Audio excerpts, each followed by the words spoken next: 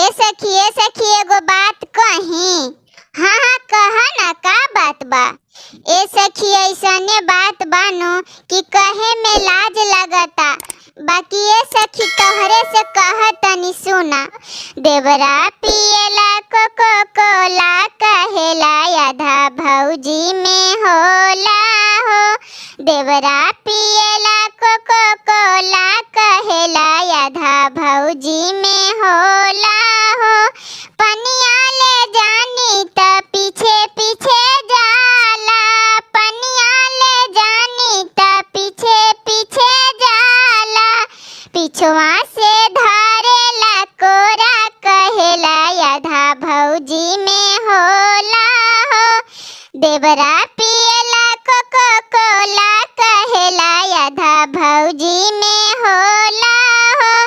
खानमा ले जानी त पीछे पीछे जाला, खानमा ले जानी त पीछे पीछे जाला।